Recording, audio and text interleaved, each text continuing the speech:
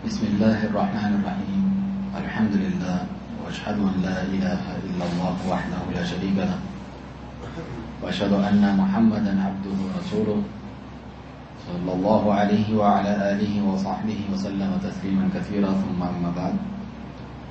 الحمد للہ اللہ سبحانہ وتعالیٰ کی توفیق اس کے فضل و کرم سے یہاں مکتبہ سلفیہ اسلام آباد میں ہر پیر کی شب یا پیر کی شام درس ہوتا ہے تفسیر سعدی عبدالرحمن بن ناصر سعدی رحمہ اللہ کی تفسیر کا. ہم پہنچے تھے سورۃ الاعراف تک. دیگر تمام صورتوں کی طرح اس میں بھی اللہ تعالیٰ نے اپنی توحید کے دلائل بیان کیے، مشرکوں کا رد کیا، ان کے شبہات کا، اور ساتھ ہی انبیاء کرام کے قصے اور واقعات جو ان کی قوم کے ساتھ پیش آئے. آخر میں ہم نے جو آیتیں پڑھی تھیں وہ پہلی آیت ہے جس میں اللہ تعالیٰ نے اپنی صفت استوا علی العرش، اللہ سبحانہ تعالیٰ ساتوں آسمان سے بلند اپنے عرش پہ مستوی اور بلند ہے، اس کا ذکر کیا. اس قسم کی 7 آیات ہیں قرآن مجید میں، اور اس کے علاوہ دیگر آیتیں معنی کے اعتبار سے اور احادیث ذکر کی جاتی ہیں. اتنا واضح فطری عقیدہ کتاب و سنت کے مطابق اس تعلق سے کتنے لوگ گمراہ ہیں جو کہتے ہیں اللہ تعالیٰ ہر جگہ ہے یا لامکاں ہے. اپنی ذات کے اعتبار سے ایسا نہیں ہے، بلکہ وہ اوپر کی جانب اپنے عرش پہ مستوی ہیں جس طرح اس کی شان کے لائق ہے، اس سے نازل بھی ہوتا ہے جس طرح اس کی شان کے لائق ہے. تو آیت تھی آیت نمبر 54 سورۃ الاعراف کی. ان ربکم اللہ الذی خلق السماوات والارض فی 6 ایام، بلا شبہ تمہارا رب وہ ہے جس نے آسمانوں اور زمین کو 6 دنوں میں پیدا کیا. ثم استوى علی العرش، پھر وہ عرش پہ مستوی ہوا، یعنی اس سے پہلے مستوی نہیں تھا. بہت سارے ایسی صفات ہیں اللہ تعالیٰ کی، افعال ہیں جو اللہ تعالیٰ کرتا ہے. اللہ سبحانہ تعالیٰ جب چاہتا ہے جس طرح چاہے کرتا ہے، جب چاہے نہیں کرتا ہے. تو وہ اپنے کم علمی میں یہ اللہ تعالیٰ کے شان کے خلاف سمجھتے ہیں کہ اللہ تعالیٰ کوئی کام کرے جو وہ پہلے نہیں کر رہا تھا اور بعد میں وہ کام نہ کرے. اللہ سبحانہ تعالیٰ تو یہ تو شان ہے، بلکہ فعال لما یرید جس قرآن میں جو چاہتا ہے کر گزرنے والا ہے. کوئی ایسی ہستی ہو جو اپنی مرضی سے کوئی کام نہ کر سکے تو یہ تو ایک عاجز ہستی ہے جو نہیں کر سکتی ہے. اللہ سبحانہ تعالیٰ تو کر سکتا ہے. اس میں کیا عیب ہے کہ ایک کام اللہ سبحانہ تعالیٰ نے جب چاہا کسی سے کلام کیا، جب چاہا اس سے کلام نہیں کیا. جب چاہا اللہ سبحانہ تعالیٰ عرش پہ مستوی بلند ہوا، جب چاہا اللہ سبحانہ تعالیٰ جو ہے نازل ہوتا ہے. آگے فرمایا یغشی اللیل النہار یطلبہ حثیثا، دن اور رات ایک دوسرے کے پیچھے، رات کو اڑا دیتا ہے چادر کی طرح، دن کے اوپر وہ ایک دوسرے کے پیچھے دوڑے چلے آتے ہیں. والشمس والقمر والنجوم مسخرات بامرہ، اور چاند، سورج، ستارے سب اللہ تعالیٰ کے حکم سے مسخر ہیں، چل رہے ہیں اپنے دائرے میں. الا لہ الخلق والامر، اللہ ہی کے لیے خلق بھی ہے، پیدا کرنا، اور حکم بھی اسی کا چلتا ہے. یعنی وہی بھی وہ نازل کرتا ہے اور کائنات میں حکم بھی اللہ عز و جل کا ہی چلتا ہے. تبارک اللہ رب العالمین، بہت ہی بابرکت ہے اللہ جو تمام جہانوں کا رب ہے، رب العالمین ہے، خود بھی بابرکت ہے اور جسے چاہے اللہ سبحانہ تعالیٰ برکت سے نوازتا ہے. آج جو ہم پڑھیں گے وہ ہے آیت 55 سورۃ الاعراف. ادعوا ربکم تضرعا وخفیا. جس طرح ہم نے بار بار ذکر کیا، اللہ تعالیٰ قرآن مجید میں اپنے توحید کے جو دلائل بیان کرتا ہے اس میں اپنے ربوبیت کے اپنے کام اور افعال جو ہیں اللہ تعالیٰ وہ ذکر کرتا ہے دلیل بنانے کے لیے کہ میرے سوا کوئی عبادت کے لائق نہیں ہے. کتنے سے لوگ ہیں، کافر تو دور کی بات ہے، مسلمانوں میں ایسے گروہ فرقے ہیں جو صرف توحید ربوبیت بیان کرتے ہیں، اللہ خالق مالک رازق ہے، اللہ ایک ہے، وہ سمجھتے ہیں ہم نے توحید بیان کر دی. حالانکہ اللہ کی عبادت میں رکوع سجدہ، مدد کے لیے پکارنا، پناہ طلب کرنا اور جو ہے نظر و نیاز قربانی، یہ عبادتیں وہ غیروں کے لیے، نبیوں، ولیوں، فرشتوں کے لیے ادا کرتے ہیں اور سمجھتے ہیں یہی کلمہ توحید لا الہ الا اللہ کا معنی ہے. ایسا نہیں ہے.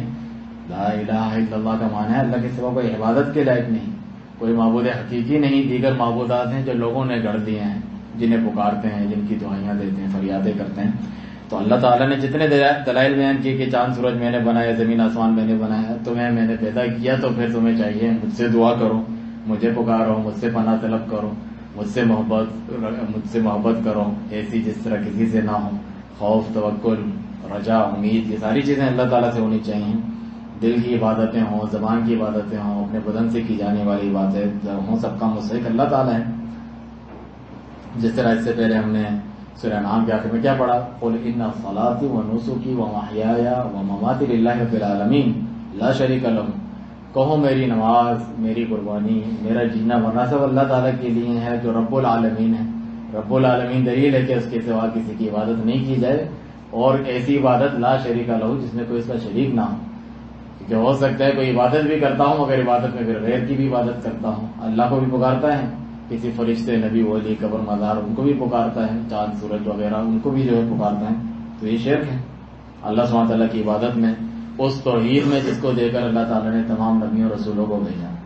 تو یہ بہت بڑا مغالطہ ہے لوگوں کے ہاں۔ بڑے بڑے پڑھے لکھے لوگ بھی جو ہے وہ سمجھتے ہیں کہ اللہ سبحانہ تعالیٰ کو صرف رب مان لینا ہی کافی ہے۔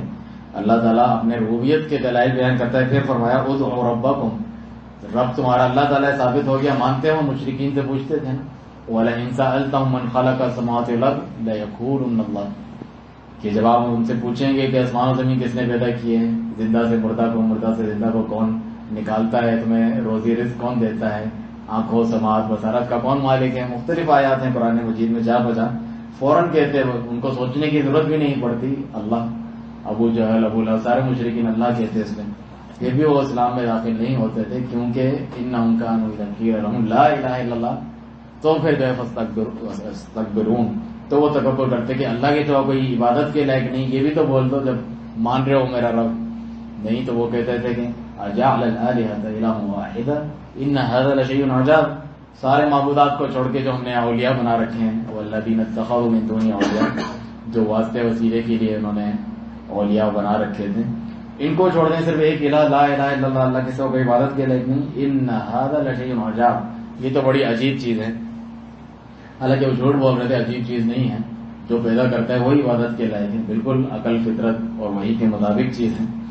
ادعوا ربکم، اپنے رب کو پکارو، اس سے دعا کرو، کس طرح؟ تضرعا و خفیہ، تضرع و زاری کہتے ہیں، یعنی رو کے گڑ گڑا کے مسکنت کے ساتھ اللہ سبحانہ تعالیٰ کے در کا فقیر بن کے جس طرح، اور خفیہ یعنی آہستہ آواز میں اپنے رب سبحانہ تعالیٰ کو پکارو، یعنی دعا کے آداب میں سے ہیں۔ انہ لیحب المعتدین، اللہ تعالیٰ حد سے بڑھنے والوں کو پسند نہیں کرتا۔ آپ سوچیں گے دعا میں کیا ادب آداب، ہم تو جیسے چاہیں اپنے رب کو پکاریں، اس میں بھی ادب ہے۔ اب دعا ہو عبادت، دعا تو اصل عبادت ہے، یعنی عبادت میں سب سے زیادہ اعلیٰ اور افضل چیز تو دعا ہے، جو بندہ اپنے رب سے کرتا ہے، جو اس کا اپنے رب سے تعلق ہے، اس میں کیوں نہ آداب ہوں گے، اس کے بالکل جو ہے آداب میں حد سے تجاوز نہ کرو، جس طرح صحیح حدیث میں ہے کہ قیامت کے قریب ایسے بھی لوگ آئیں گے جو دعا مانگنے میں اور طہارت، جو اچھی چیز ہے طہارت تو نصف ایمان ہے، اس میں غلو کریں گے، یعنی حد سے تجاوز کریں گے، بے جا زیادتی کرنا، جو چیزیں شریعت میں بتا دی ہیں اس کے بعد بھی جو ہے وہم و گمان بعض لوگ کرتے رہتے ہیں، ایک چیز کو بار بار دھوتے رہتے ہیں، آپ نے دیکھا ہو، تو وہ منع ہے۔ اسی طریقے سے دعا میں بھی ایسی چیزیں، ایسے الفاظ استعمال کرتے ہیں لوگ کہ جو ہے حد سے تجاوز کرنا ہے۔ خفیہ یعنی اللہ سبحانہ تعالیٰ سے گڑ گڑا کر بھی دعا کرو، اور آہستہ آواز میں چپ کر، جو صرف اپنے رب کو پکار رہا ہے، دوسروں کو دکھا نہیں رہا۔ ہمارے ہاں تو یہ عبادتیں بھی ریاکاری بن گئی ہے، ریاکاری یعنی دکھلاوا جو ہوتا ہے عبادت میں، رسول اللہ صلی اللہ علیہ وسلم نے اسے شرک اصغر قرار دیا کہ میں تم سے اخواف ما اخاف علیکم الشرک الاصغر، سب سے زیادہ ڈر مجھے تم پہ شرک اصغر کا ہے۔ کہا شرک اصغر کیا ہے؟ یعنی بڑے شرک سے چھوٹا شرک، جو تمہیں کافر تو نہیں بناتا ہے لیکن تمہارا عمل برباد کر دیتا ہے، پھر بھی اس کے ساتھ شرک کا لفظ آ جانا ہی اس کی برائی کے لیے کافی ہے۔ کہ عبادتیں تو ہم اللہ کی کرتے ہیں کہ اللہ کی عبادت کرنی چاہیے، لیکن کسی اور کو دکھانے کے لیے بھی دنیا میں تو یہ منع ہے۔ آپ دیکھیں دعا کے لیے پوز کھینچ کے میری سیلفی لے لو، کعبے میں کھڑے ہوئے ہیں اور جو ہے میں حج کر رہا ہوں، عمرہ کر رہا ہوں، اور جو ایکٹنگ کر کے بھی دکھا رہے ہیں ہاتھ اٹھا کے، جو دعا افضل ترین عبادت کو تم نے صرف جو ہے کیمرے کے پوز کے لیے، دنیا کو دکھانے کے لیے، ویوز، لائکس اور ان چیزوں کے لیے تم نے اپنے اسٹیٹس پر ڈالنے کے لیے رکھ دیا، تو یہ حد سے تجاوز کرنا ہے اللہ سبحانہ تعالیٰ کی عبادت میں، دعا کرنے میں۔ آگے فرمایا وَلَا تُفْسِدُوا فِي الْأَرْضِ بَعْدَ إِصْلَاحِهَا، زمین میں جب اصلاح کر دی گئی ہے اللہ کی طرف سے تو پھر فساد نہ مچاؤ اس کے بعد۔ وَادْعُوهُ خَوْفًا وَطَمَعًا، واپس سے فرمایا کہ اپنے رب کو پکارو، اس سے دعا کرو، ڈرتے ہوئے بھی اور امید رکھتے ہوئے بھی۔ عبادت تو کہتے ہی اسی کو ہیں، اللہ سبحانہ تعالیٰ کی دونوں چیزیں موجود ہوتی ہیں کہ ڈر بھی ہوتا ہے اپنے رب کا اور اس کی جہنم سے ڈرتا ہے انسان، اور امید بھی ہوتی ہے اپنے رب سے اور اس کی جنت کی امید ہوتی ہے۔ ان کے درمیان میں رہ کے جو عبادت کرتا ہے نبیوں کی طرح کہ یدعوننا رغبا ورہبا، قرآن میں ہے انبیاء کرام کا ذکر کر کے، اللہ سبحانہ تعالیٰ نے فرمایا، ہم نے اس سے پہلے سورہ انعام میں پڑھا کہ یہ وہ انبیاء کرام تھے کہ جو کیا کرتے تھے، اولئک الذین یسارعون فی الخیرات، نیکی کے کاموں میں جلدی کرتے تھے، ایک دوسرے سے آگے بڑھتے تھے، وَيَدْعُونَنَا رَغَبًا وَرَهْبًا وَكَانُوا لَنَا خَاشِعِينَ، امید کے ساتھ ڈر کے ساتھ ہمیں پکارتے تھے، ہمارے ہی خشیت دل میں رکھتے تھے۔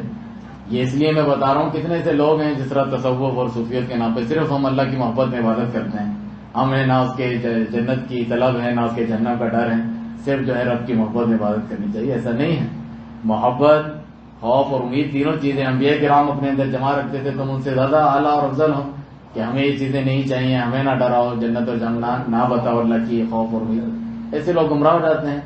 بعض لوگ صرف امیدیں لگائے رکھتے ہیں اور وہ سمجھتے ہیں کہ نیکی اور برائی سے ایمان کم زیادہ نہیں ہوتا، یہ بھی گمراہ فرقہ ہے، مرجیہ ان کو کہتے ہیں، تو یہ بھی گمراہ ہے۔ اور بعض لوگ اللہ کی رحمت سے بالکل نا امید ہوتے ہیں کہ کوئی گنہ گار ہو جاتا ہے تو سمجھتے ہیں کہ کافر ہی ہو گیا، دین سے خارج، جس طرح خوارج ہے گمراہ فرقہ ہے، وہ بھی گمراہ ہے۔ اور بعض صرف کہتے ہیں کہ محبت میں جس طرح صوفیوں کا میں ہوتا ہے۔ صحیح لوگ کون ہوتے ہیں؟ جو سنت اور صحابہ کے طریقے پہ چلتے ہیں۔ خوف، امید، محبت، یہ تینوں ارکان ایک ساتھ عبادت میں ہونا ضروری ہیں۔ ان رحمت اللہ قریب من المحسنین، بے شک اللہ کی رحمت محسن جو ہوتے ہیں، احسان کرنے والے، ان کے قریب ہے۔ آپ کہیں ساری دنیا کو یہ اللہ کی رحمت نہ پایا ہوا ہے، رحمان اور رحیم ہے، سب کو کھلا پلا رہا ہے، لیکن سب سے زیادہ اللہ کی رحمت قریب کہ وہ دعائیں سنتا ہے، پوری بھی کر لیتا ہے ایسے لوگوں کی، حاجت روائی مشکل کشائی کرتا ہے، ان کو بچاتا ہے، اجر و ثواب دیتا ہے، وہ محسنین ہوتے ہیں، ان کے ساتھ اللہ سبحانہ تعالیٰ کا اسپیشل معاملہ ہوتا ہے۔ شیخ فرماتے ہیں اس کی تفسیر میں کہ دعا جو ہے، جو اس میں فرمایا کہ ادعوا ربکم، اپنے رب کو پکارو، دعا میں دونوں قسم کی دعائیں شامل ہیں۔ اس سے پہلے بھی کئی مرتبہ ذکر ہوا ہے کہ دعا کی دو اقسام ہیں، ایک ہوتی ہے دعا المسئلہ، ایک ہوتی ہے دعا العبادہ۔ دعا المسئلہ کا مطلب ہے یعنی کوئی چیز مانگ رہے ہیں ہم اللہ تعالیٰ سے، اے اللہ مجھے اولاد دے، مجھے شفا دے، بارش نازل فرما، تو یہ آپ اللہ سے کچھ مانگ رہے ہیں، یہ بھی دعا ہے۔ اور ایک دعا صرف اللہ تعالیٰ کی تعریف بیان کرنا ہے، الحمدللہ، تمام تعریفیں کس کے لیے ہیں؟ اللہ کے لیے، یہ بھی ایک دعا ہے، کیونکہ حدیث میں ہے افضل العبادہ الحمدللہ، سب سے افضل عبادت کیا ہے، دعا کیا ہے؟ اللہ الحمدللہ کہنا۔ تو آپ خود ہی سوچیں الحمدللہ میں ہم نے اللہ سے کچھ مانگا تو نہیں، ہم نے تو یہ کہا اے اللہ تیری لیے ساری تعریف ہے۔ تو یہ بھی دعا اور ذکر کی ایک قسم ہے، لیکن جس میں کچھ مانگا نہیں ہوتا، ہاں اس کے بدلے میں اللہ تعالیٰ جو ہے انعامات دیتا ہے، ثواب دیتا ہے، سب کچھ دیتا ہے، گناہوں کو بخشتا ہے۔ اور ایک ہوتی ہے دعا مسئلہ، واقعی جس کو کوئی پریشانی ہے تو وہ پکار رہا ہے اپنے رب کو۔ تو یہ جو آیت کا لفظ ہے ادعوا ربکم تضرعا وخفیا، اپنے رب کو تضرع و زاری، رو کے گڑ گڑا کے خفیہ آواز میں پکارو، اس میں دونوں دعائیں شامل ہیں۔ فامر بدعائی، اللہ سبحانہ تعالیٰ نے دعا کا حکم دیا، یعنی جو ذکر بھی ہے وہ چیخ چلا کے کرنے کی ضرورت نہیں ہے، اور مانگنا بھی ہے تو رو کے گڑ گڑا کے۔ آپ دیکھیں زکریا علیہ السلام کس طرح اپنے رب کو پکارا، اذ نادى ربه نداء خفیا، اتنا بوڑھا ہو گیا ہوں، میری ہڈیاں بھی جو ہے پرانی ہو گئی ہے، اور میری بیوی وانج ہے، پھر بھی اے رب میں تجھے پکار کے مایوس نہیں ہوا، چپکے خفیہ اپنے رب کو پکارا۔ اللہ سبحانہ تعالیٰ نے ان کو یحییٰ علیہ السلام عطا کیے، جن کے جیسا نام بھی اللہ تعالیٰ نے کسی کو نہیں دیا، ایسی نایاب اور انوکھی اللہ سبحانہ تعالیٰ نے اولاد عطا کی۔ تو ایسے رب سے غافل ہو کے غیروں کے در پہ کوئی جا کے پڑے، کتنا بڑا ظلم ہے۔ تبھی تو فرمایا کہ ان الشرک لظلم عظیم، بے شک شرک سب سے بڑا ظلم ہے۔ دیگر مظالم کے خلاف تو لوگ چیختے چلاتے ہیں، آواز بھی اٹھاتے ہیں کہ ظلم ہو رہا ہے، لوگوں پہ ظلم ہو رہا ہے، مہنگائی ہو رہی ہے، حکومتوں کی طرف سے ظلم ہو رہا ہے، کافروں کی طرف سے ظلم ہو رہا ہے، رشتہ داروں کی طرف سے ظلم ہو رہا ہے، آپس میں لوگ ایک دوسرے کے جو ہے حقوق نہیں دے رہے۔ لیکن سب سے بڑا ظلم جو شرک ہے، اللہ کی عبادت میں غیروں کو پکارنا اور انہیں جو ہے حاجت رہا مشکل کشا سمجھنا، ان سے دعائیں کرنا، دعائیاں دینا، اس کو کوئی ظلم نہیں سمجھتا ہے، اس کے خلاف کوئی آواز نہیں اٹھاتا ہے، اس کے لیے وہ لوگوں کو جمع نہیں کرتا کہ ایسے کلمے کی طرف آؤ جو ہم میں تم میں برابر ہے کہ اللہ کے سوا کسی کی عبادت نہ کریں۔ اس سے تو لوگ بھاگتے ہیں، اس سے تو الرجی ہوتی ہے، اس سے تو لوگ جمع نہیں ہو سکتے جس سے ہمیں فائدے حاصل ہونا ہے۔ اس سے تو انبیاء کرام علیہ السلام کے منہج پر، ان کے طریقے پر آپ چلیں گے تو آپ کو ساحر، مجنون، دیوانہ کہیں گے، پاگل کہیں گے، ماریں گے، آپ کے اپنے والدین آپ کو گھر سے نکال دیں گے۔ تو یہی تو اصل امتحان اور کٹھن آزمائش ہوتی ہے کہ جو اس کے اوپر پورا اتر گیا تو قیامت کے دن اکیلا بھی آئے گا تو اللہ تعالیٰ کی جنتوں کا وارث بنے گا، انبیاء کرام کے طریقوں والا ہوگا۔ اس کے علاوہ جس طریقے سے بھی آپ لوگوں کو جمع کریں، اس کے لیے مداحنت کریں، یعنی اس کو پیچھے رکھ دیں تاکہ لوگ ناراض نہ ہوں، تو پھر آپ کامیاب نہیں ہیں دنیا کے 2 دن کی زندگی میں کچھ لوگوں کو آپ جمع کر لیں اور خوش کر لیں، رب سبحانہ تعالیٰ کو آپ راضی کرنے والے نہیں ہوں گے، نبیوں کے طریقے پر چلنے والے نہیں ہوں گے، تو آپ کی دنیا اور آخرت میں کامیابی نہیں ہو سکتی ہے، چاہے جتنے زیادہ آپ اس میں محنت کریں، وقت لگائیں، پیسہ لگائیں، لوگوں کی طاقتیں لگائیں۔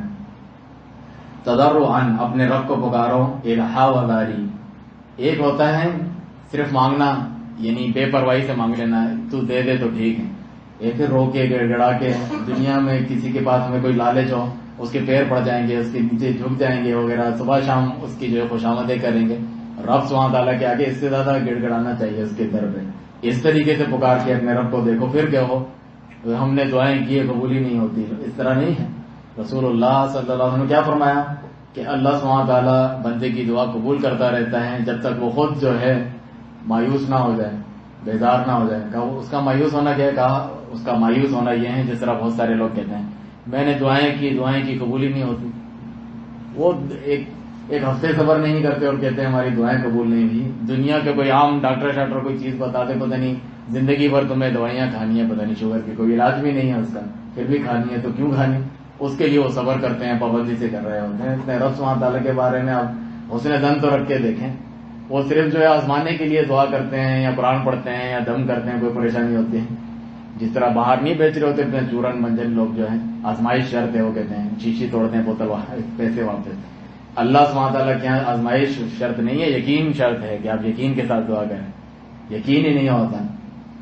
آپ ابھی میں نے ایک مثال دی کہ وہ تو بوڑھے ہو گئے زکریا علیہ السلام، میں اتنا بوڑھا ہو چکا ہوں، اتنے عرصے سے دعا کر رہا ہوں، قبول تو ہو نہیں رہی، پھر بھی وہ کہتے ہیں کہ میں کبھی مایوس نہیں ہوا تجھے میرے رب پکار کے۔ اس طریقے کا جس کو یقین ہو تو پھر اس کی جا کر اللہ سبحانہ تعالیٰ دعا قبول کرتا ہے، اس کے دل کو جو ہے اللہ سبحانہ تعالیٰ خوشی سے بھر دیتا ہے۔ وخفیۃً، اور فرماتے ہیں الہاً فی المسئلہ، مانگنے میں بھی جو ہے رونا گڑ گڑانا ہو، بڑی امید ہو اللہ سبحانہ تعالیٰ سے، جو ہے جس طرح لپٹ لپٹ کے انسان مانگتا ہے اس طریقے سے ہو۔ ودعوباً فی العبادہ، عبادت میں بھی خود جمع ہوا ہو، ویسے عبادت نہیں کرنی ہے، امتحان قریب آ رہے ہیں، نمازیں پڑھنا شروع کر دی، فلانا موسم ہے، مجھے کوئی چیز چاہیے، پوری ہو گئی، چلو پھر بھول گیا اپنے رب کو۔ ایسے کو تو اللہ سبحانہ تعالیٰ بڑا بے وفا انسان قرار دیتا ہے کہ تم نے ایسے انسان کو دیکھا کہ جب وہ پریشانی ہوتا ہے تو ہمیں پکارتا ہے، قائماً و قاعداً، بیٹھ کر بھی اٹھ کر بھی، اور جب ہم مشکل دور کر دیتے ہیں ایسے چل دیتا ہے جیسے کبھی پکارا ہی نہیں اپنے رب کو۔ تو اس قسم کے بندوں کے ساتھ تو یہ سلوک اللہ سبحانہ تعالیٰ کی طرف سے نہیں ہوتا، اسی لیے فرمایا محسنین کا آخر میں۔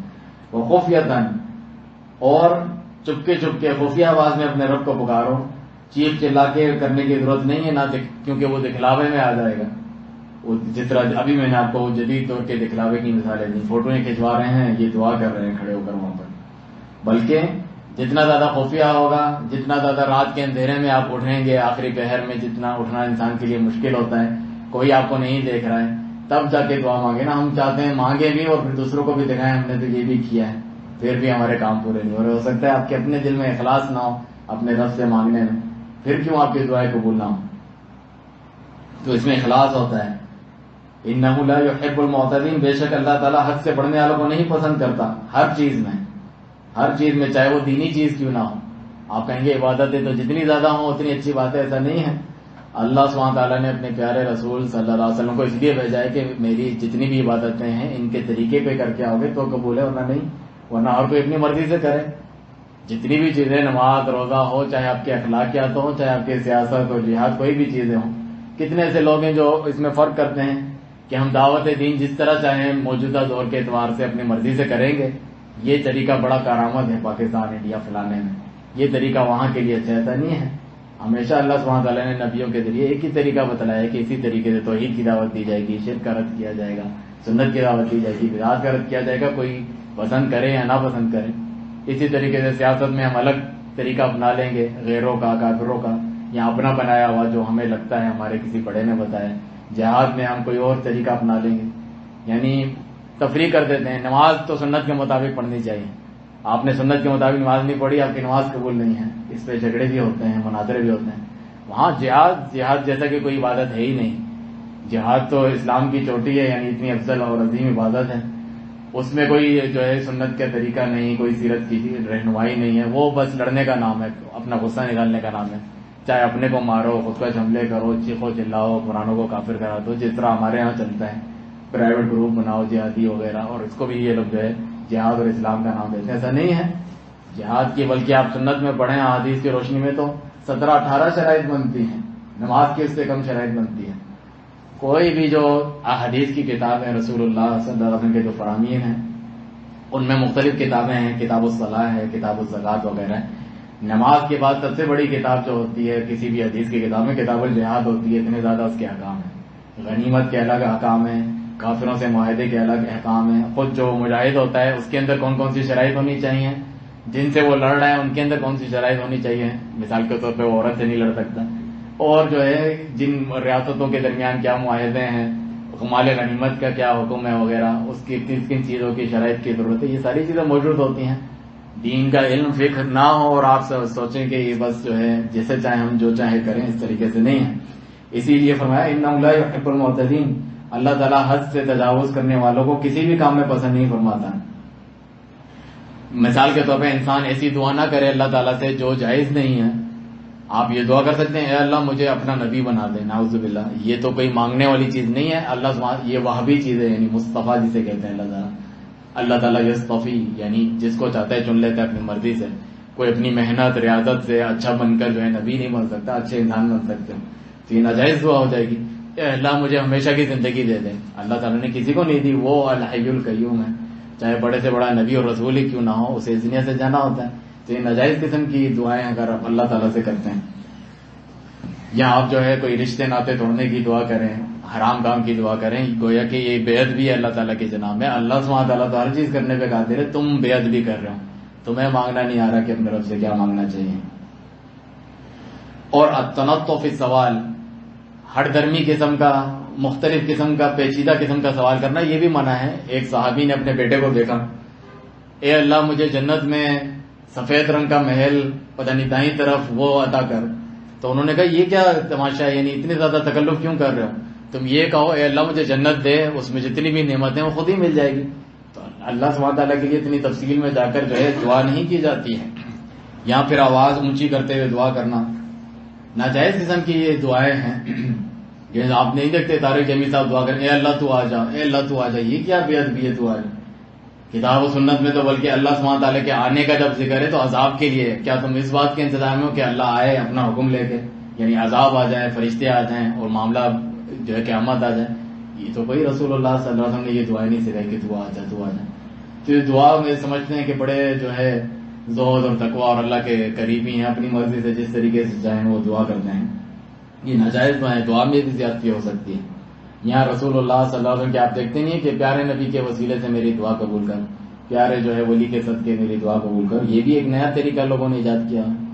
رسول اللہ صلی اللہ علیہ وسلم نے یہ نہیں سکھایا، صحابہ کرام نے یہ نہیں کیا.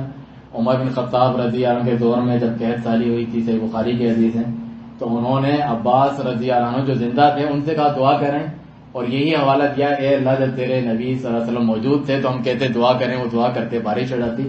اب وہ نہیں ہے، اس کا مطلب سارے صحابہ کا عقیدہ ہے اب وہ نہیں ہے تو اب ہم ان سے نہیں کہہ سکتے دعا کے لیے. یہ زندہ موجود ہیں، دعا کے لیے ہم بھی کر رہے ہیں اور یہ بھی کر رہے ہیں، قبول کر. تو اللہ تعالیٰ نے قبول کی. تو یہ صحابہ کے طریقے پر نہیں، ایسے لوگ یہ بھی دعا میں زیادتی ہیں. تو یہ تمام چیزیں کس میں داخل ہیں؟ اس ممنوع جو منع کیا ہے اللہ تعالیٰ نے دعا میں زیادتی کرنے اس میں شامل ہیں. وَلَا تُفْسِدُوا فِي الْأَرْضِ، زمین میں جو ہے فساد نہ مچاؤ. زمین میں فساد کس طرح ہوتا ہے؟ صرف مارنے گھٹنے سے نہیں ہوتا، بلکہ اللہ کی نافرمانی کرنا بھی زمین میں فساد ہے. بظاہر تو آپ امان میں بیٹھے ہوئے ہیں، لیکن آپ جو ہیں برائیاں، گناہ، فواحش، منکرات کرتے ہیں اللہ کی زمین میں، گویا کہ آپ فساد پھیلا رہے ہوتے ہیں. جبکہ اللہ سبحانہ تعالیٰ نے بعد اصلاحیہ اس کو اصلاح کر دی ہے، اس کی صحیح کر دی ہے، یعنی نیکیاں اور اطاعت کر کے لوگوں نے اسے صحیح کر دیا. رسول اللہ صلی اللہ علیہ وسلم نے جو ہے اسلامی حکومت قائم کی تو سب نیکیاں کرتے تھے، برائیوں سے بچتے تھے، تو وہ زمین میں اصلاح ہو گئی. تو اس کے بعد فساد نہ بچاؤ زمین کے اندر، کیونکہ جو معاصی ہوتے ہیں، جو اللہ کے نافرمانی اور گناہ ہوتے ہیں، وہ کیا کرتے ہیں؟ تفسد الاخلاق والاعمال والارزاق، ان تینوں چیزوں کو خراب کرتے ہیں. آپ کے اخلاق بھی اس سے خراب ہو جاتے ہیں، آپ کے اعمال بھی اس سے خراب ہوتے ہیں، آپ کا رزق بھی اس سے خراب ہوتا ہے. لوگ کہتے ہیں مہنگائی ہو گئی ہے، میں پریشان ہوں. ذرا یاد تو کرو کہیں تم نے اللہ کی نافرمانی تو نہیں کی، تم نے کوئی بےایمانی اپنے معاملات میں یا عبادت میں کوئی کوتاہی تو نہیں کی، ہو سکتا ہے اس کی وجہ سے تمہارا رزق جو ہے محروم کر دیا گیا. چنانچہ ایک حدیث میں بھی ہے کہ بندہ وہ رزق جو اللہ تعالیٰ اس کو دیتا رہتا ہے اور وہ خوش تھا اس سے، وہ اس سے چھین لیتا ہے اس کی کسی نافرمانی کی وجہ سے بھی. یہ اللہ سبحانہ تعالیٰ کا طریقہ ہے. جب نعمتوں کی ناشکری کرو گے، قرآن مجید میں کئی قصے ہیں کہ ایسی بستی جو بڑا رزق یہاں وہاں سے اس کے پاس آتا تھا، اللہ کی نافرمانی کی تو اللہ تعالیٰ نے ان پہ قحط سالی، خوش سالی جو ہے نافذ کر دی اور وہ پریشان ہو گئے. جیسا کہ اللہ سبحانہ تعالیٰ کا فرمان ہے ظہر الفساد فی البر والبحر بما کسبت ایدی الناس ویعفو عن کثیر. زمین میں بھی اور سمندروں میں بھی دونوں جگہ فساد ہے، بگاڑ ہے. آپ دیکھتے ہیں ہر جگہ فساد ہی فساد ہے. وہ کیوں ہے؟ بما کسبت ایدی الناس، لوگوں کے اپنے کرتوتوں کی وجہ سے ہیں جو وہ کرتے ہیں، اپنے گناہوں کی وجہ سے بھی اور باقی کرتوت بھی جو کرتے ہیں دنیا کے ساتھ، اس کی وجہ سے زمین میں سمندروں میں ہر جگہ فساد اور بگاڑی ہے. جبکہ اللہ نے یہ بھی فرمایا وَيَعْفُو عَن كَثِيرٍ، بہت سارے گناہ تو اللہ تعالیٰ معاف ہی کر دیتا ہے. کیونکہ ایک ایک گناہ پر اگر پکڑنے لگے، قرآن میں ہے کہ کسی جاندار کو اللہ چھوڑے ہی نہ کہ ایک گھونٹ پانی پی سکے اللہ کی زمین میں. جبھی تو رسول اللہ صلی اللہ علیہ وسلم نے فرمایا کہ اللہ تعالیٰ سے زیادہ صبر کرنے والا کوئی نہیں، کوئی بھی ایسی ہستی نہیں ہے جو اللہ تعالیٰ سے زیادہ صبر کرنے والی ہوں. لوگ اسے گالی دیتے ہیں، اس کی اولاد قرار دیتے ہیں، پھر بھی اللہ تعالیٰ انہیں عافیت دیتا ہے، شفا بھی دیتا ہے، رزق بھی دیتا ہے. کتنا بڑا ظلم ہے. اسی طریقے سے اگر آپ نیکی کریں گے تو آپ کے اخلاق بھی اچھے ہوں گے، اعمال بھی اچھے ہوں گے، آپ کے رزق میں بھی اللہ اضافہ کرے گا. جس طرح ایک حدیث میں ہے جو چاہتا ہے اس کی عمر دراز ہو، بابرکت اس کی عمر ہو. بابرکت عمر کیا ہوگی؟ یعنی بیماریوں سے بچی ہوئی، اچھی خوشحال، اور اس کے رزق میں اضافہ ہو. تو اسے چاہیے کہ صلہ رحمی کریں، یعنی رشتے ناطے جوڑے، رشتے ناطے نہ توڑے. یہ ایک نیک عمل ہے جس کی وجہ سے آپ کو یہ دونوں چیزیں ملیں گی. ہم رشتے ناطے جو ہے ہم نے بگاڑ کے رکھے ہوئے ہوتے ہیں، پھر پریشان ہے، ٹینشن ہے، جاب نہیں ہے، فلانا نہیں ہے، اور رشتے ناطے بھی انہوں نے توڑے ہوئے ہوتے ہیں، برا سلوک ان کے ساتھ کیا ہوا ہوتا ہے. اس کو صحیح کرو تو اللہ سبحانہ تعالیٰ اپنے فضل و رحمت سے تمہیں رزق بھی عطا کرے گا، تمہاری عمر بھی دراز ہوگی. وَادْعُوهُ خَوْفًا وَطَمَعًا، اور اپنے رب کو پکارو خوف اور امید کے ساتھ. خوف کس چیز کا؟ کہ اللہ کی پکڑ نہ آ جائے، اس کا عذاب نہ ہو. اور امید کس چیز کی ہو؟ اللہ کے ثواب کی، کہ اللہ تعالیٰ میرے اس عمل کو قبول فرمائے، میری توبہ کو قبول فرمائے. امید کس چیز کی ہو؟ کہ اللہ تعالیٰ عمل کو قبول کرے. خوف کس چیز کا ہو؟ کہ اللہ کہیں میرے اس عمل کو رد ہی نہ کر دیں. جو نیک لوگ ہوتے ہیں وہ اس خود پسندی میں مبتلا نہیں ہوتے، میں نے تو نیک عمل کی، میں بہت پہنچا ہوا اللہ تعالیٰ کا ہوں اور میرے سارے عمل قبول ہیں. وہ نیکیاں کرتے ہیں، اللہ کی راہ میں دیتے ہیں. والذین یؤتون ما آتوا وقلوبهم وجلۃ انہم الی ربہم راجعون، کہ وہ اللہ کی راہ میں دیتے ہیں پھر بھی ان کے دل ڈر رہے ہوتے ہیں کہ اپنے رب کی طرف لوٹ کے جانا ہے. تو عائشہ رضی اللہ عنہ نے نبی صلی اللہ علیہ وسلم سے پوچھا، صحیح بخاری کی حدیث ہے، کہ یہ کون لوگ ہیں یعنی نیکیاں کرتے ہیں پھر گناہ اور فواحش اور برائیاں بھی کرتے ہیں؟ کہا یہ نہیں ہے، وہ نیک لوگ ہیں، گناہوں سے بچتے ہیں لیکن ڈرتے رہتے ہیں کہ پتہ نہیں عمل ہمارا قبول ہوا بھی نہیں، کوئی گارنٹی تو نہیں ہے کہ اللہ کے یہاں قبول ہو گیا یا نہیں ہوا. چنانچہ وہ ڈرتے ہیں کہ کہیں رد نہ کر دیا جائے. اور وہ ایسی دعا نہیں کرتے کہ جو اپنے رب کے اوپر کوئی دباؤ ڈال رہا ہے، پریشر ڈالتے ہوئے، یعنی خود پسندی میں. یہاں نہیں دیکھتے آپ فلانا پیر ہیں بڑے، اس کی دعا قبول ہوتی ہے، اس سے جا کے ہم کروائیں گے تو صحیح ہو جائے گا. کیوں بھائی؟ تو کوئی آسمان سے اتر کے آئے اور تجھے کوئی ضمانت دے دی گئی ہے تیری دعا قبول ہوتی ہے؟ تو ان کے اندر ایک قسم کا اطمینان اور گھمنڈ ہوتا ہے ان کے اندر موجود، کہ میری جیسے دعا قبول ہوتی ہے، سب میرے محتاج ہوں، مجھ سے مانگے تو میں ان کی دعائیں قبول کرواؤں. تو یہ بھی ایک قسم کی بے ادبی ہے کہ کسی اللہ سبحانہ تعالیٰ کسی کی محبت کے آگے مجبور نہیں ہے، نہ ہی کسی کا ڈر اور خوف ہے اللہ سبحانہ تعالیٰ کے اوپر، چاہے وہ بڑی سے بڑی ہستی کوئی نبی ولی کیوں نہ ہو. آپ پڑھیں گے سورہ ہود میں، نوح علیہ السلام کا بیٹا جو ہے غرق کے آب ہو رہا تھا، ڈوب رہا تھا سیلاب میں، انہوں نے اللہ سبحانہ تعالیٰ سے شفاعت کی، سفارش کی. اللہ سبحانہ تعالیٰ نے نوح علیہ السلام جنہوں نے 950 سال صرف اللہ کی راہ میں اللہ کی توحید کی دعوت تبلیغ کی، اور کیا کچھ تکلیفیں سہی، اللہ سبحانہ تعالیٰ نے سختی سے سرزنش کی، ڈانٹ دیا کہ ایسی چیز جس کا تجھے علم نہیں ہے مجھ سے سوال نہ کرنا آج کے بعد آئندہ ایسا. تو انہوں نے اللہ کی پناہ طلب کی کہ اللہ میں تیری پناہ طلب کرتا ہوں، معافی مانگتا ہوں کہ میں بغیر علم کے ایسا سوال کروں جس کا مجھے حق نہیں. تو اللہ سبحانہ تعالیٰ کے کسی کا آگے مجبور نہیں کہ ان کی دعا لازمن جو ہے قبول کرے، اس کے اوپر کسی کا زور نہیں، وہ جو چاہتا ہے کرتا ہے. شیطان نے نہیں کہا کہ مجھے قیامت تک مہلت دے، اور کسی اچھے کام کے لیے نہیں، گمراہ کرنے کے لیے. تو اللہ سبحانہ تعالیٰ نے اس کو مہلت دے دی، جو چاہے کرنے والا ہے. اللہ سبحانہ تعالیٰ کی عظیم حکمت ہے. اس سے اس عقیدے کا بھی رد ہوتا ہے جو کہتے ہیں کہ ہم گنہگاروں کی اللہ تعالیٰ سنتا نہیں ہے، اور جو نیک لوگ ہیں ولی نبی وغیرہ اللہ تعالیٰ ان کی ٹالتا نہیں ہے، اس لیے ہم ان کو پکارتے ہیں تاکہ ہماری دعا قبول ہو. آپ نے دیکھا نوح علیہ السلام کی اللہ نے نہیں سنی، ابو طالب کی سوارش جب وہ کفر پہ ہی فوت ہو گئے، آخر میں بھی یہ کلمہ نہیں پڑا تو اللہ تعالیٰ نے قبول نہیں کی، نبی کریم محمد رسول اللہ صلی اللہ علیہ وسلم کی نہیں قبول کی۔ اور دوسری طرف شیطان نے کہا کہ مجھے قیامت تک مہلت دے، تو اللہ سبحانہ تعالیٰ کے اوپر کسی کا دباؤ نہیں ہے، ہم اپنے رب سے کیوں نا امید ہوں۔ ایک اور حدیث ہے کہ رسول اللہ صلی اللہ علیہ وسلم نے فرمایا کہ میں نے اپنی امت کے لیے 3 دعائیں کی، اللہ سبحانہ تعالیٰ نے 2 دعائیں قبول کی، ایک دعا قبول نہیں کی، حالانکہ وہ محمد رسول اللہ صلی اللہ علیہ وسلم ہیں، مستجاب الدعوات ہیں، جن کی دعا اللہ قبول کرتا ہے، لیکن اللہ سبحانہ تعالیٰ پہ کوئی دباؤ نہیں۔ آپ نے یہ دعا کی کہ میری امت پچھلی امتوں کی طرح جو عذاب آتا ہے ایک ہی ساتھ پوری امت ختم ہو جاتی ہے، یہ نہ ہو، اسی طرح قحط سالی ایسی نہ ہو کہ ساری امت ہی ختم ہو جائیں۔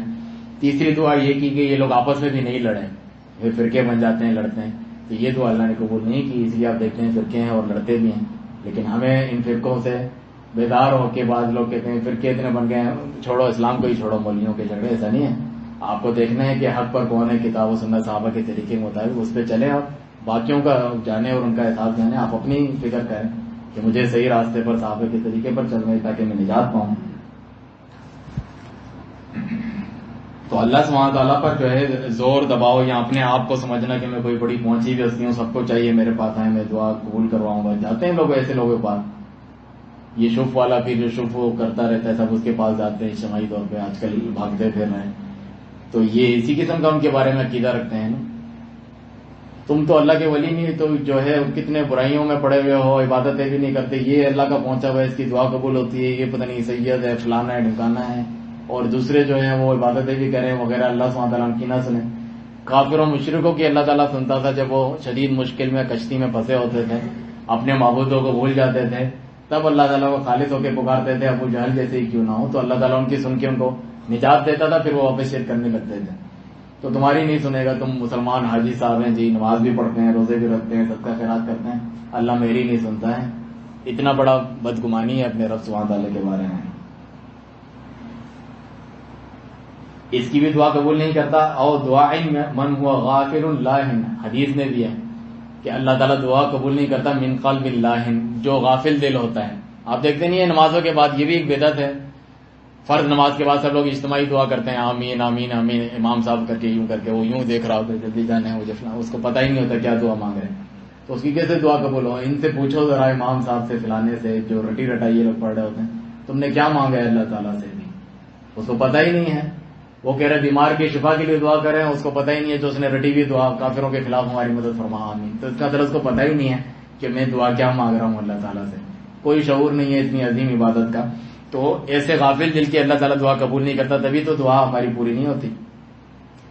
اللہ سبحانہ تعالیٰ نے یا رسول اللہ صلی اللہ علیہ وسلم نے جتنے ذکر اذکار بتائیں کہ آیت الکرسی پڑھو تو یہ ہوگا، شیطان کے خلاف حفاظت لانا، یہ ساری چیزیں دل سے پڑھنے والی ہوتی ہیں کہ پوری توجہ کے ساتھ اس نے اللہ تعالیٰ سے امید لگا کے، اس نے اللہ کی محبت میں اور تمام چیزوں کو دل سے ہٹا کے اس سے دعا کی، اس کے معنی کو سمجھ کے، یہ آپ کی دعا کی قبولیت میں بہت زیادہ اثر انداز ہوتا ہے۔ ایک ہی چیز دوسرے نے بھی پڑھی تھی، وہی چیز جو آپ پڑھ رہے تھے، لیکن آپ نے جس طریقے سے پڑھی تھی، جس کیفیت میں پڑھی تھی، اس کا زیادہ اثر ہوا اور اس کی دعا واقعی قبول ہوئی۔ دوسرے نے تو ایسے ہی بس دعا کی، بہت سارے لوگ دعا کرتے ہیں کہ اے اللہ تو قبول کرنا ہے تو کر لے، ورنہ اس طریقے سے کوئی تھوڑی کرتا اللہ تعالیٰ۔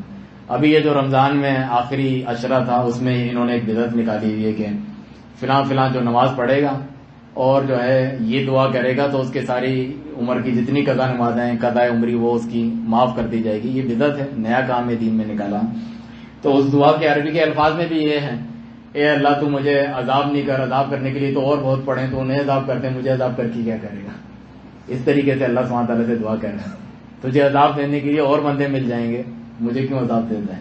تو یہ انتہائی بے ادبی پر مبنی جو ہے دعا ہے۔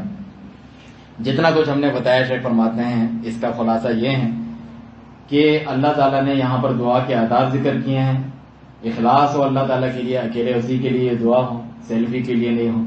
اسی طریقے سے خفیہ طریقے سے ہو تاکہ اس میں ریاکاری نہ ہو، چھپ کے اپنے رب سے دعا کرو، جاؤ گھر میں رات کو اٹھو جب سب سو رہے ہوں، کسی نے نہیں دیکھا، اس سے دعائیں کرو، ضروری ہے کہ لوگ دیکھیں اور پھر تم دعائیں کرو۔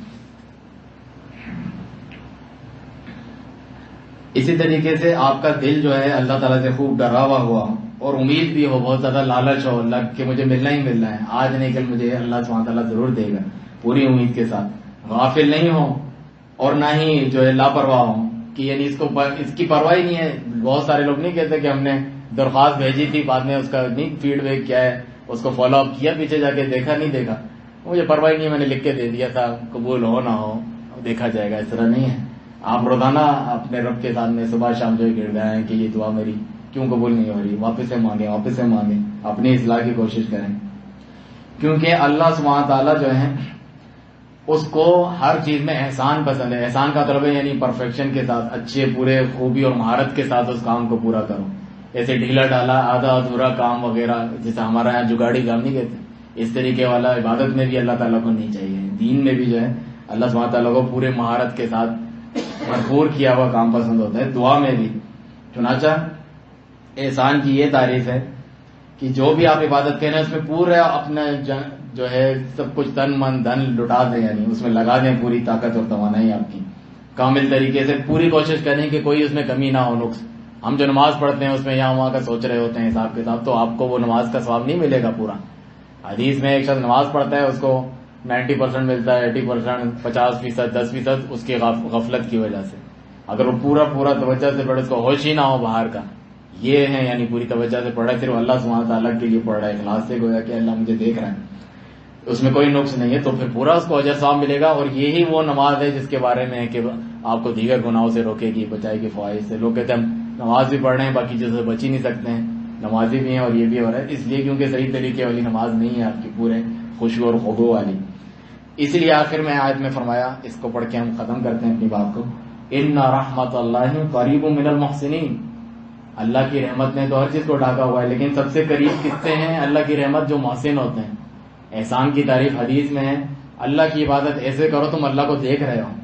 اگر یہ درجہ نہیں ملتا تو اللہ تو تمہیں دیکھ رہا ہے، یہ تو کم از کم ہر مومن مسلمان کا عقیدہ ہونا چاہیے. تھوڑے سے کیمرے لگا دیے جائیں کہیں CCTV، لوگ پریشان ہوتے ہیں میں یہ جرم کرنا چاہتا ہوں نہیں کر رہا، اور کیمرے کی آنکھ آپ کو دیکھ رہی ہے. اللہ سبحانہ تعالیٰ جو ہمیشہ آپ کو دیکھنے والا ہے، جب کوئی بھی آپ کے ماں کے پیٹ میں تھے، قبر میں بھی پڑے ہوں گے، دنیا میں جہاں چھپ کے بھی آپ کوئی کام کریں، ظاہر کام کریں، سب کو وہ جاننے والا ہے، رات کے اندھیرے میں ہو دن کی روشنی میں ہو. تو اس سے ہم کیوں نہ ڈریں؟ یہ احسان کا درجہ ہے کہ اللہ تعالیٰ مجھے دیکھ رہا ہے ہمیشہ. تو پھر ایسا انسان کتنا ڈرتا ہوگا کہ میں اس کی نافرمانی نہ کروں. اس کو شرم آئے گی، اس کو حیا آئے گی اپنے رب سے کہ دنیا سے تو میں یستخفون من الناس ولا یستخفون من اللہ وهو معهم، کہ وہ لوگوں سے تو ڈر رہے تھے کسی ایسی بات کرتے ہوئے کہ لوگ نہ سن لیں میری یہ بات، یہاں حرکت کرتے ہیں، اور اللہ سے نہیں ڈر رہے تھے، چپ رہے تھے، جو ان کے ساتھ ہوتا ہے، دیکھ رہا ہوتا ہے، ہر چیز کو سن رہا ہوتا ہے. تو اللہ کی عبادت میں جو احسان اپناتے ہیں، جتنا زیادہ احسان کے درجے پہ پہنچتے جاتے ہیں، اللہ تعالیٰ کی رحمت بھی ان کے قریب ہوتی ہے. آپ چاہتے ہیں میری دعائیں قبول ہوں، پریشانیاں دور ہوں، ساری خیر برکات جو میں چاہتا ہوں دنیا آخرت کی مجھے ملیں، تو محسنین بننے کی کوشش کریں کہ جو مانگتا ہے اللہ سبحانہ تعالیٰ اس کو دیتا ہے. یا حی یا قیوم برحمتک استغیث، ایسے وہ اپنے رب کو پکارتے ہیں، کیونکہ اللہ سبحانہ تعالیٰ کی رحمت اپنے محسنین بندوں سے قریب ہے. اور اس میں اللہ تعالیٰ نے گویا کہ آپ کو احسان اپنانے کی بھی ترغیب دی ہے. اللہ سبحانہ تعالیٰ سے دعا ہے کہ ہمیں اپنے پیارے نام اور اعلیٰ صفات کے وسیلے سے ہم اللہ سے دعا کرتے ہیں کہ ہمیں محسنین میں سے بنا، ہمیں غافلین میں سے اور اللہ کی نافرمانی کرنے والوں میں سے نہ بنا، جس سے ہماری دنیا اور آخرت میں تمام مشکلیں آسان ہوں اور اللہ تعالیٰ ہماری دعاؤں کو قبول کرے. بے شک وہ سننے والا اور دیکھنے والا ہے اور دعاؤں کو قبول کرنے والا ہے. سبحانک اللہم و بحمدک، اشہد ان لا الہ الا انت، استغفرک و اتوب الیک.